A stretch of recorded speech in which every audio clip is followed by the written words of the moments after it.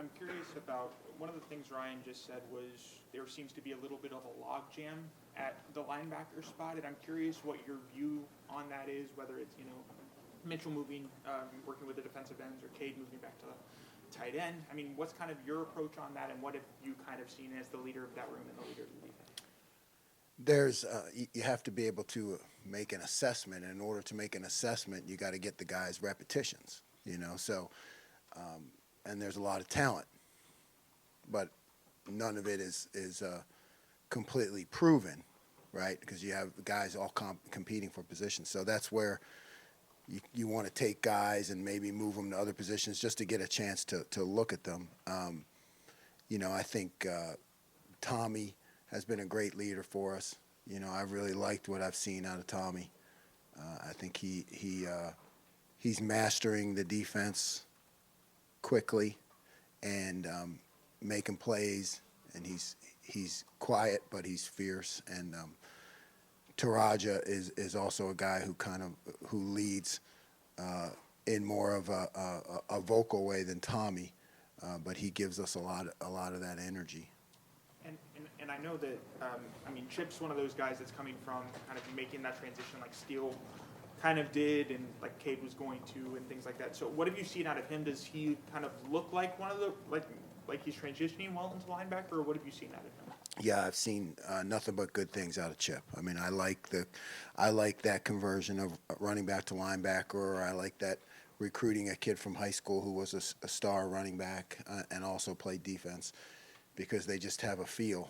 A lot of times we talk about on defense, we talk about the escape hatch, and like Wayne Gretzky said, he doesn't go where the puck is, he goes where the puck is going to be. So these guys that are converted running backs, they can get a feel for where the running back is going to end up. So it's pretty neat. And Chip's doing great, and so is Steele. Right next door, Griffin Strom, 11 Warriors. Coach, I know a couple weeks ago you said you guys hadn't been able to implement the Leo position at all. I'm just wondering if you guys have had a chance to do that, or if you could envision maybe a scenario where you guys don't play that as much this year as maybe you have in the past. Yeah, we dropped a bunch of it in today, actually, and so my plan has been, to push back off. So I'll download a bunch of information, and then I'll pull back into like calling the same defense for a while, and then download a bunch of information. And we want to be able to get everything on film so we can coach off of it. Yeah, but we put it in today, and I told them we're not going to call it a Leo. We're going to call it a Jack for now, because the Leo is the king of the jungle. So when you become the Leo, that's a big deal, because you can do what a DN does and you can do what a linebacker does. So right now it's just more of what we call a Jack position. And a bunch of guys got a shot at it today. Jack got a shot at it, and yeah, there you go. I like him a lot. He's serious about it. The guy who's impressed me after the move quickly was Mitchell. Mitchell has done a great job for Coach Johnson, and then we put him in this Jack position, and I thought he showed up very well. So he's kind of been a guy who's jumped out at me. Any other guys beyond those two that have been seen? JJB, right? He played a little bit today. He's kind of coming off an injury, so he got some walkthrough reps in it. Caden, I think, is a candidate, and I've liked some of the things that he's done in terms of his quickness off the ball. So he's a guy we're looking at. And then from the linebacker position, EA, we want to try to find a role for him. So we had EA involved in that Jack position, and also in a Sam position, which we'll utilize sometimes against teams when they play two tight ends, which our offense does a little bit. So we've gotten EA in there, and Reed Carrico also in that Sam position against a two tight end offense. Fourth row left, Jacob Bench, the Lantern. Hey Jim, just building off of that previous question there, Ryan was talking a second ago about players who have played both sides of the ball versus multiple positions on the same side. about to be becoming maybe more common and whatnot. Just in your opinion, how advantageous is it for a player to go from running back to the other side of the ball, like steel chambers, ship, and whatnot? Just in your opinion, how important is that? I think it's a great advantage if you utilize it, particularly in running, like I said, in the running game and schemes and where's the escape hatch going to be, seeing what the back sees when he runs the ball, and also understanding protections, right? I mean, I think from a linebacker perspective, as much as we blitz our linebackers, that if you understand protections, how a back protects or where he protects, how the slide goes, all those technical points of the game, you can really take advantage of that knowledge. I know we talked a lot about linebackers, but just on the defensive line, Tyleek Williams, we got to talk with him last week, and he mentioned how he's really changed his body compared to when he came to Ohio State a year ago. What are your early impressions of Tyleek, and just where do you think he can go this spring? I love what Tyleek's doing. I'll tell you what, he really shows up on tape, jumps off the film at times. I've been really impressed with our D-line. I think having coached Johnson, who's, I consider the GOAT in that area, he's and in making the transition, that group is really critical for us, and they've been impressive. I mean, really across the board. Just the way they come off the ball, I think, is going to give us an advantage. Our defense looks a lot different in team versus 7-on-7. So we compete every day against one of the best offenses in the country, the great quarterback, great receiver group. So we need that pass rush, and we look a lot different when we have those guys up front. I've been very impressed with that whole group. Fourth row right, Jeremy Birmingham, Letterman Row. Jim, obviously you guys are pretty loaded at linebacker right now, as Ryan Day talked about a little bit, but what has been the early impression of the early enrolled linebackers with C.J. Hicks and Gabe Powers? Just how are they adapting physically to the speed of the game, that kind of stuff? C.J. shows a lot of short space quickness, and his feet are excellent, and he has a outstanding ability to break on the ball. So I think I'm seeing from CJ a lot of the quickness and speed that I expected. And then Gabe is he's quiet, but I think he's one of these guys that gets better every day. I mean, he is a serious student of the game, and I just see his trajectory as just in 6 practices as being completely upward. You know what I mean? He's a guy who just wants to learn, wants to grow, and he makes that transition from the classroom to the field. Doing good. Summer you have Tony Styles coming in and joining them, probably at linebacker also. How do you convince guys that are all top 30 players in the country that special teams might be their role or not at all? And for you just personally as a coach, how different is it to have that level of talent where you can just tell these guys, hey, you don't need to play right now, you just need to learn? Yeah. Sonny will start at safety. I mean, he'll begin his career at safety at least. We want to give him a shot to do that. He's big and rangy till I get to see what he can do. But, I don't talk about it that much because I want to keep pressing them to compete, right? I mean, I want to make it a one day at a time. I say get better, they say every day. We have these little sayings back and forth to each other. So I don't really talk about that. I just want to keep pressing and pressing and pressing, and how good can you be, where are you going to go? And then, it all kind of works out. You get to the first game, and it is what it is. But Parker does a great job on special teams of showing the guys film, of like Pete when he played special teams, and then he was a second, as a young guy, so he shows them some of these first, second round draft picks and how they started on special teams. So we put that message out there, but we don't pull off or really have a conversation with them until, it gets really close to the game, because we just want to keep driving them to be as good as they can be. Third row right, Doug Lesmerises, Cleveland.com. Jim, when you have a big group of linebackers like this, would you ideally rather have 2 guys seize jobs and be like, I'm not coming off the field, these are the guys? Or would you rather have maybe 4 or 5 or 6 different guys that you rotate, just to give them breathers or situationally this year? Yeah, I think you'd always like to have more. You'd always like to have more. Now, a lot of times at linebacker, it does come down to just a couple guys who play and into the rhythm of the game. But you want more because you want that ability if somebody goes down or to spell somebody or to rotate. I think linebacker is a feel kind of game, like a running back. So the best will play a bunch, but you want more guys that are competing. You want guys that are tugging on your shirt saying, Coach, why am I not in there? And then, if there's something incomplete about their game, you tell them, okay, well, this is why you're not in there. But if it's not, then you got to put them in there. You know what I mean? So you want guys that are good enough and are pressing to go in. You want as many of them as you can have. You talked about that sand position and when you're facing 12 personnel. I mean, I'm assuming, Wisconsin, Iowa, I guess, right? Right. Maybe some teams on the schedule. Right. I apologize. How often did you face that at Oklahoma State? How often was that a consideration in making sure you? Yeah, not a lot. I mean, we were prepared for it, and we faced a good deal of 12 personnel, but we never really had to get into it because 12 didn't really play like 12. So 12 was playing more like 11, and we were able to do mostly everything with our base defense. So we had the sub package, I call it, prepared, but we didn't have to use it a lot. I predict, we'll have to use it more here, based on the Big Ten. Just some of those offenses, you've got to get that third linebacker on the field with the personnel they put out there. That's right.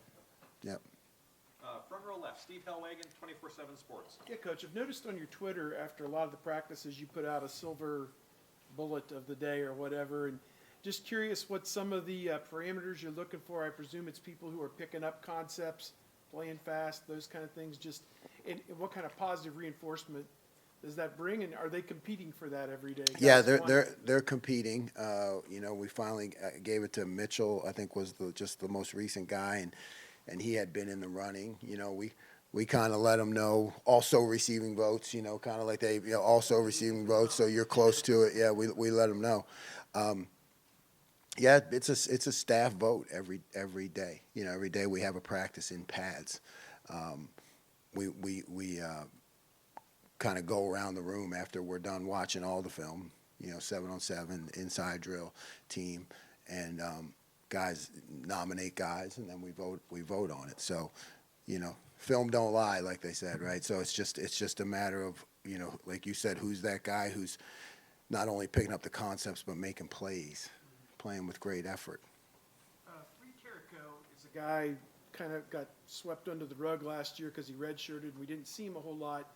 One of the many guys you've inherited here. Just what's your thought first few weeks, first couple months working with him, and has he got a chance to push his way into some playing time perhaps? Yeah, Reed has a chance. I mean, he is a quiet guy, but he's definitely determined, and I see him making progress every day. And then we had Cade when he was with us, kind of working that Sam position as one of the guys, and put Reed in there today, and I thought he did a great job. So I think he's got a chance to really contribute in that area. Right behind him, Thanks, Coach. Bill Landis, The Athletic. Jim, can you, I guess, maybe first conceive the idea of the Jack or Leo and how you move it around? Was that more of a means to disrupt an opponent's run game or a pass game? Because you see some guys who played it, they have some high sack numbers, but it also feels like it's a really disruptive position in terms of putting a wrench in what the opponent wants to do with its run game. Yeah, it's a great question.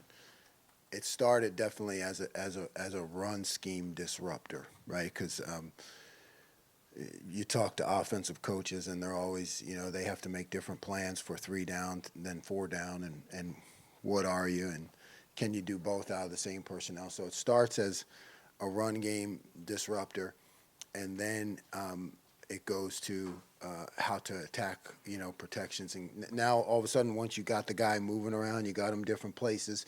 Now you see how the offense adjusts to that in their schemes, and you can come back with other things and counter in the passing game. That player is productive in terms of the pass rush. because I think they develop a mentality. You know, they develop a mentality of being kind of a wild card. You know, being a guy who makes plays. I think it's a great recruiting tool. But yeah, it started in the run game. You know, take the zone read, easy, right? So now you take that guy and you send him off the edge.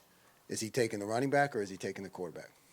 So that you know, I can make two different calls, and you got a speed guy, a tough guy coming off the edge, and which one's he going to take? You know, it's a disruptor right there. Front row right, Austin Ward, Letterman row. Jim, when you talked about, you know, the download and then back it off in a spring, I would think that given the urgency to come in and get results right away and fix it, you'd want to throw everything at them. How do you balance the patience that you seem to have shown with wanting to do everything immediately?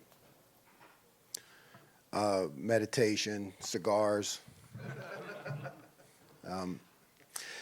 You know, you just got to look in their eyes, because, you know, we'll go in one day and we'll download, 9 defenses in our jet package, you know, which is what we're calling for the jack. And, you know, and then you go again, you do it against cans, and you run around, you do it against just trash cans, you know, and then you do it against the offense. And then, you know, I just run around like crazy saying, go here, go there, you know, because you're trying to just pound. You know, you're away from the back, you're to the back, you're just trying to move him all over the place. And then they're fine, and then you kind of see their eyes glaze over. And then you know, okay, it's time just to call base. You know, they're like, okay, give me a period to just, you know, base 4 down. And then you kind of back off. But you're right, I want to get it all in because of the urgency, but also so I can teach, right? I don't want to keep showing Oklahoma State film. So I want to get it on tape, good or not so good, and then we can learn from it all summer. You know, we can put it all together and learn from it. So do you envision then, whether they get 1 rep or 100, that they would have seen everything you want to do by the end of spring, or will there still be stuff that you get through it? Yeah, probably, yeah. 2/3 maybe, hopefully, by the end of the spring. Front row right, Joey Kaufman, Columbus Dispatch.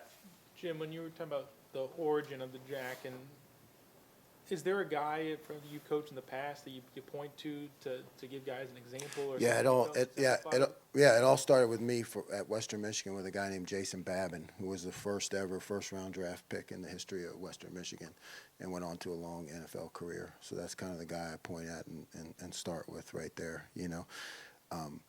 But we had some great examples from Oklahoma State with guys that would go in there and, you know, tackle both the running back and the quarterback, you know, and just be real disruptors. So there's a lot of film. You know, there's a whole clinic that I've done for high school guys on it, you know, where we can show all the different positions and everything that the guy does. There's a lot of film, but it all started with Jason Babin. Have you fallen to it with him at Western? Oh yeah, we're still good friends, yeah. How did he pop at practice? Like what's? Oh, he was a running back in high school. Yeah, he was a running back in high school, like we talked about, who broke his leg his senior year and didn't play, and that's how we got him at Western Michigan. He was from Paw Paw, Michigan, and yeah, so he wasn't your typical defensive lineman, and it just kind of started to occur to me that I should try some different things with him, and he just kind of grew from there. Switching gears a little bit, Josh Proctor, somebody who's working his way back from a leg injury and started doing individual stuff today, but you probably haven't gotten a chance to see him much. Just from kind of the little glimpses, what have you kind of like noticed about him? Yeah, I haven't seen him really do anything. We need him. We want him. You know, I've seen film on him from last year. He's a guy that can really change the game. He's what we want at safety, so I just want him to get healthy. Front row middle, Dave Biddle, 24/7 Sports. Hi, Jim. What are your thoughts on JT Tuimoloau, maybe his role in your defense? What do you think it might be? And just your thoughts on his skill set in general. Yeah, I think JT has got great feet, excellent takeoff. His reactions are excellent. Saw him the other day play a zone read against CJ, where, you know, he played the dive and the quarterback for negative yards. It was really impressive, really impressive. You know, just got boom, boom, boom. I mean, quickness with his feet for a big guy. So, I've liked everything he's done so far. I think he can be a dominant player. I'm sure when you were hired here, you knew you were going to be inheriting some really good athletes, a lot of talent. Is it about what you expected, or is it even maybe have even more talent at your disposal than you anticipated? I think up front, you know, it's been very impressive to me. You know, changing the line of scrimmage and the rate at which we rush the passer. I think that that part of it has been very impressive. The rest is what I expected. Right behind him, Stephen Means, Cleveland.com. Just a little more on the jack position. When you're recruiting that position, whether it's you're looking at linebackers who might be able to play, linemen who might be able to play, are there similar traits you see in those types of people that kind of stick out when you're trying to recruit guys Yeah, to play that position? you know, it's I always talk about that short space quickness, ability to disrupt an offensive play, right? Whether you're at linebacker or you're coming off the edge, you know, I'm really looking for guys that can be disruptive. You know, sometimes fit yourself into small spaces, looking for those hips, right? You're looking for the guy who can turn the corner, real fluid in his hips, and can make plays really between the tackles. And you got to be tough, right? You got to have a toughness to you, because sometimes you'll have to play in the A gap, B gap, and sometimes you're going to have to come off the edge. Front row middle. Bill Rapinowitz, Columbus Dispatch. You've been pronounced all right. Sorry. Hi, Jim. You've been here about 3 months. That's enough time to get acclimated. What are your, just, you know, how are you adjusting to a new program, a new city, the whole thing? You know, I love Columbus. After 4 years, I call it on the plains, life on the plains. You know, being a city guy, I'm from Philly, so I love the city. Otherwise, I don't know. It's just football, smoke a cigar every now and then. So it's really like there's not that much to adjust to when you're a coach. The way we coach, I mean, you're in here and you're grinding, and your next practice and evaluations and working with the players, and you know where you're going to go with the installation. So it's you know, you kind of have blinders on, you know. But I do like the city whenever I get out of here. And, you know, you've obviously been around. This is the place where you get more blue chip guys than any place you've been, I'm sure. What's that like for you as a coach to know that, okay, I don't have to just scheme. I mean, I can have players who can just take over games, or at least have the ability to. I mean, do you feel like a kid in a candy store? Yeah, I mean, I do. I try to keep that in the back of my mind, but I want to keep, at this point, you know, you're right. That's going to be something that will definitely be on my mind as we actually get into a game plan, right? But right now, I want to, you know, push them whatever level they're at, push them to a higher level, right? Continue to download information, drive them, you know, up the hill, you know, and then just see where we can go, you know, spring and camp and summer, and how much we can learn. You know, I'm not quite thinking about their talent level now, but I will. When it comes to the game plan, you're exactly right. Now all of a sudden you get to look at it and say, okay, what do I need and what I don't need? You know. Time for just a few more questions here. Front row right, Tim May, Letterman Row. Yeah, Jim, is it too early for you to name like 3 safeties you got your eye on right now that could be in that group? I mean, obviously, like you said, the jury's out on Josh Proctor until he gets to really practice, et cetera. But are there 3 safeties that caught your eye that you throw out there today? Well, I mean, I love Ronnie. Heck, man, I think he's got the skill. I think he's got the savvy. You know, I just think he's a great piece in the middle there to run the show back there. I just like the way he plays and handles his business, you know. And then Court, I think, is an excellent leader. You know, we're going to continue to look at him in terms of the matchups that he may face from wide receivers, right? Because anything he needs to improve, it's that. And I got to make sure I put him in good positions. But I know I can go with him. I know I can trust him and I know that he's going to give everything, and that's a matter of me to put him in the right position, you know. And I think our nickels are really solid, you know, with Tanner, who understands everything about me and the scheme, and with Cam, and Legend's been playing there too. I mean, I think we got some impressive nickel play, you know. But yeah, without Josh, I think we still need to have some other guys step up there at the bandit and adjuster position.